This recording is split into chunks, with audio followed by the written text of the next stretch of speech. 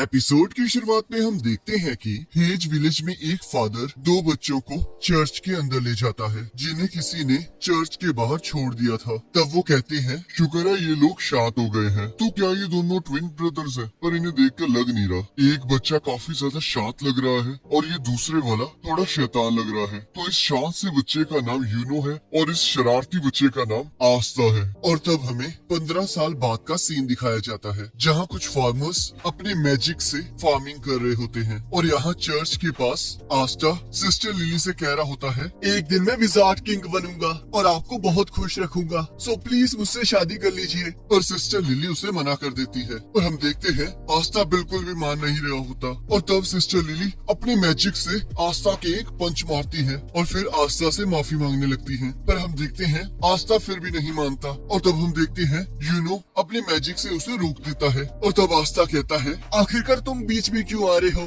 तब यूनो कहता है, क्योंकि तुम्हारा बिहेवियर बहुत बेकार है और अगर तुम ऐसे ही रहे तो कोई लड़की तुम्हें भाव नहीं देगी। तब आस्था गुस्से में कहता है, हम साथ साथ बड़े हुए हैं और अब तुम मुझे ये कह रहे हो? तब यूनो कहता है, आस्था सिस्टर लिली गॉड की सेवा करती है इसलिए वो किसी से शादी नहीं कर सकती। तब आस्था यूनो को लड़ने के लिए कहता है पर यूनो मना कर देता है। और तब नैश कहता है, रहने दो आस्था, तुम यूनो को कभी नहीं हरा सकते। और तब आस्था कुछ करने की कोशिश करने लगता है। तब नैश कहता है, तुम्हारे पास मैजिक नहीं है, मुझे विश्वास नहीं होता कि तुम्हारे एज का कोई लड़का मैजिक भी न यूज कर पाए। तब आस्था कहता है, मैं तुमसे बड़ा हूँ तो मुझसे तमीज से बात करो। तब नैश कहता है, बिल्कुल नहीं, इस दुनिया में मैजिक ही सब कुछ है। जिसके पास जितना ज्यादा मैजिक होता है वो उतना ज्यादा इम्पोर्टेंट होता है और तुम तो कोई मैजिक यूज ही नहीं कर सकते। तब आस्था कहता है, तो मुझे लगता है अब मुझे तुम्हें अपना स्पेशल मूव दिखाना ही होगा। और हम देखते हैं आस्था एक्सरसाइज करने लगता है और दूसरी तरफ यूनो अपने मैजिक से कपड़े सुखा रहा होता है जिसे देखकर सभी बच्चे बहुत खुश हो रहे होते हैं। और तब यहाँ हम देखते हैं फादर ओरसी वहाँ आ जाते हैं और कहते हैं, यूनो ही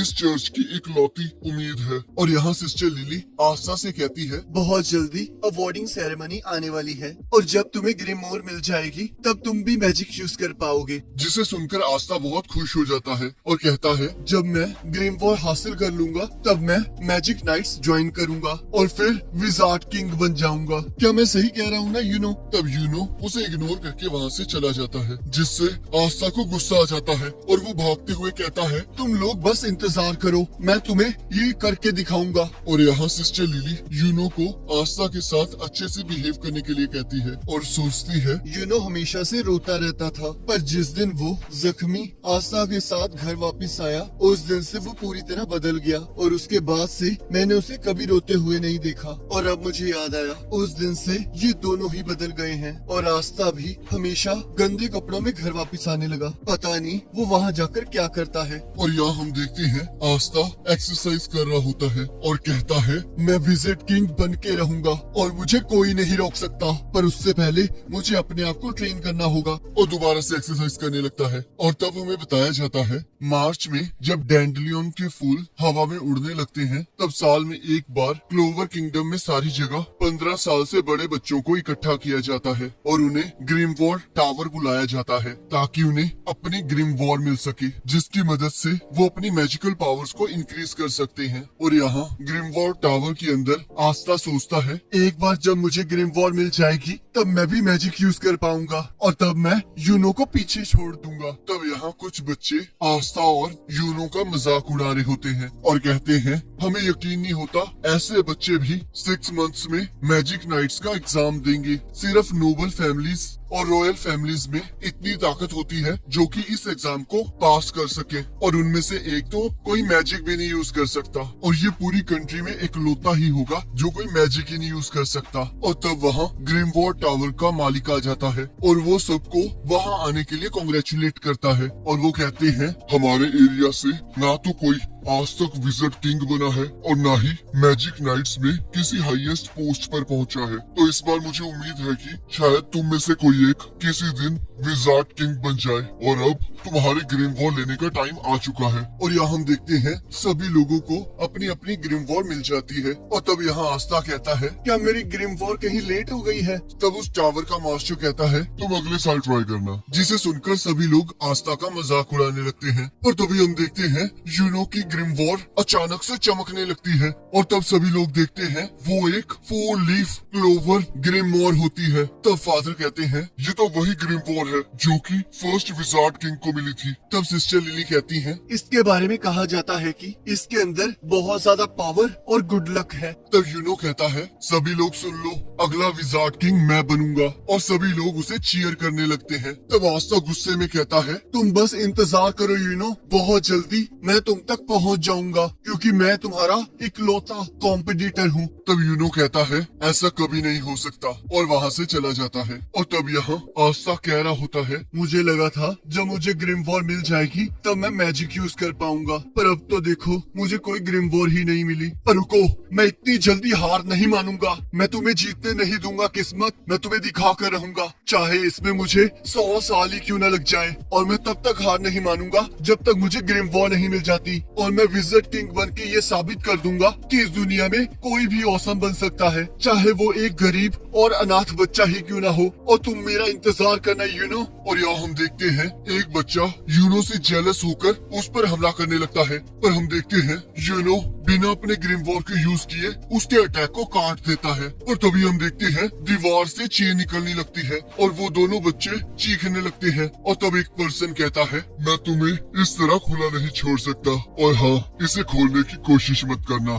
क्योंकि मेरा मैजिक दूसरों के मैजिक और उनके मूवमेंट्स को रोक देता है। तब यूनो पूछता है आखिरकार तुम कौन हो। तब रेवची कहता है मैं एक मैजिक नाइट था और उन्होंने मुझे बाहर निकाल दिया, तो अब मैं सिर्फ एक चोर हूँ और अब मैं तुम्हारी ग्रिमवॉर ले रहा हूँ। तब यूनो कहता है तो तुमने अपना नाम रेवची बताया है, तो तुम इतना तो जानते ही होगे ना कि ग्रिमवॉर को चुराना बेकार है। तब रेवची कहता है मैं जानता हूँ, ग्रिमवॉर को बस वही यूज कर सकता है जिसे ग्रिमवॉर ने खुद चुना हो, पर ब्लैक मार्केट में इस ग्रिमवॉर की बहुत कीमत है। चाहे 4 लीफ क्लोवर ने तुम्हें चुना हो, पर तुम अभी भी बच्चे हो और आज तुम्हारा बहुत बुरा दिन है कि मैं यहाँ हूँ। तुम्हारी कहानी शुरू होने से पहले ही खत्म हो चुकी है और तुम्हारे गले में ये नेकलेस भी बहुत अच्छा लग रहा है। और तब हम देखते हैं आस्था भी वहाँ आ जाता है और दीवार से टकराकर नीचे गिर जाता है और कहता है आखिरकार यहाँ हो क्या रहा है, आखिरकार तुमने यूनो की ग्रिमवॉर क्यों पकड़ी हुई है, तुम एक चोर हो।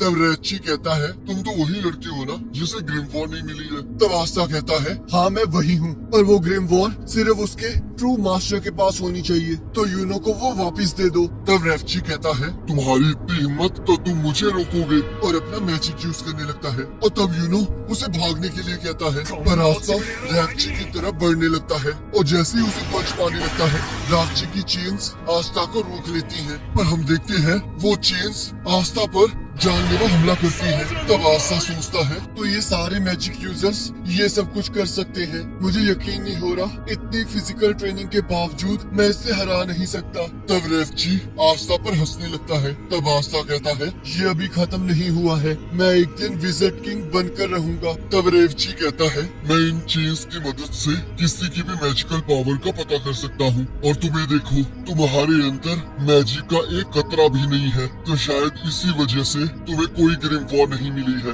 इस दुनिया में मैजिक ही सब कुछ है और तुम्हारे पास देखो तुम्हारे पास तो कोई मैजिक ही नहीं है, तो तुम तो बहुत प्रीशियस हो। तब आस्था सोचता है अगर ये सच है तो चाहे मैं जितना मर्जी ट्राई कर लूं, मैं कभी मैजिक नहीं यूज कर पाऊंगा। तब रेवची कहता है विजार्ड किंग बनना तो तुम भूल ही जाओ, तुम्हें तो कोई जॉब भी नहीं मिलेगी और तुम्हारा दोस्त तुम्हारी इस कंडीशन पर बहुत हंसेगा। इस दुनिया को तुम जैसों की कोई जरूरत नहीं है, तुम तो बस एक लूजर हो। तब आस्था सोचता है ये सच कह रहा है, मैं चाहे जितना मर्जी ट्राई कर लूं, पर इस दुनिया में कुछ चीजें हैं जो मैं नहीं कर सकता, तो शायद मुझे हार मान। और तभी हम देखते हैं यूनो कहता है आखिरकार तुम किसे लूजर कह रहे हो। आस्था ये सच है कि तुम विजार्ड किंग नहीं बन सकते क्योंकि असलियत में विजार्ड किंग मैं बनूंगा, पर तुम आस्था के बारे में गलत हो रेवची। आस्था कोई लूजर नहीं मेरा राइवल है। और तब आस्था उसे वहाँ से हटने के लिए कहता है और तब हम देखते हैं रेवची डरने लगता है। तब आस्था कहता है जरा रुको यूनो,